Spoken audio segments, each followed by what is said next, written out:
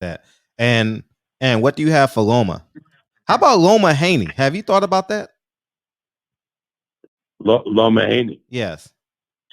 I think that's a fight that we would certainly consider. That would be a really good fight. There's a lot of good fights for Loma. Mm-hmm. One of the things that I would have liked to do was to do a rematch with Loma and Lopez. And then if Loma won that fight, a big trilogy, the third fight. Mm-hmm. So Loma has a lot of guys that he can fight. He can fight. Loma can fight also maybe Ryan Garcia, or if he wants to go down to 130, maybe Valdez. Mm-hmm.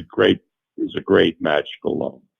Okay. So again, all of these are in play, and it depends on their manager and the trainers which fights get made.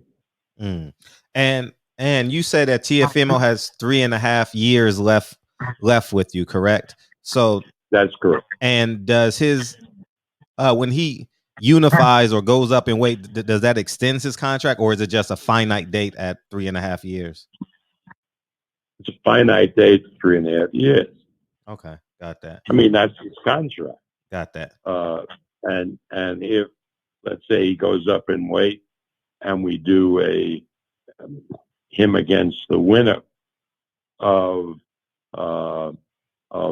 Taylor and Ramirez, then maybe we get an extension of the contract. I mean, that's all to be seen. But I'm talking of what is, not what can be. Got that. So it's safe to say ESPN wants Loma versus Lopez too, right? No, not necessarily. ESPN wants us to put on the best possible fight. Got that. The one thing that's great working with ESPN is they don't tell us which match to make. They rely on us to make the best possible matches. Got that. They would certainly be happy with a Loma Lopez rematch, but they've never mentioned to us, hey, you get that done or anything like that. Got that. Co-host is finally here. DB, you there? I'm here. Good morning, Bob. Good morning to you. I'm feeling pretty good. Man. I got a few questions for you. What about Shakur Valdez? I thought Shakur was. I asked him that. I think that is a monster fight. Now, I know that Shakur, who I have great respect for and really affection for, was at the fight last night and told me that that's the fight he wants to do. And Valdez said that that's the fight that he wants. So I'll talk to their management. I'll talk to their trainers. And if that's the fight that both sides want, that's the fight I'll do. And that's a big pay-per-view fight, I believe. And it would do a tremendous gate because fans will be back, I think, in June, July, that time. So that's a possibility. But I think you don't understand the role of a promoter the way I see it. I mean, I don't make these matches. I talk to the sides about whether they want to do the matches or not.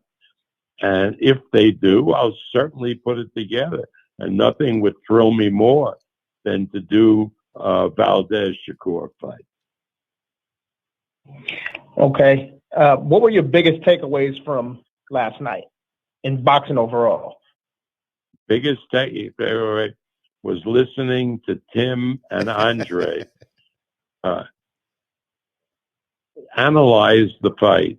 And what it shows is that the bigger, stronger guy doesn't always win if the smaller guy is smarter and has a better game plan and controls himself to emphasize his strength.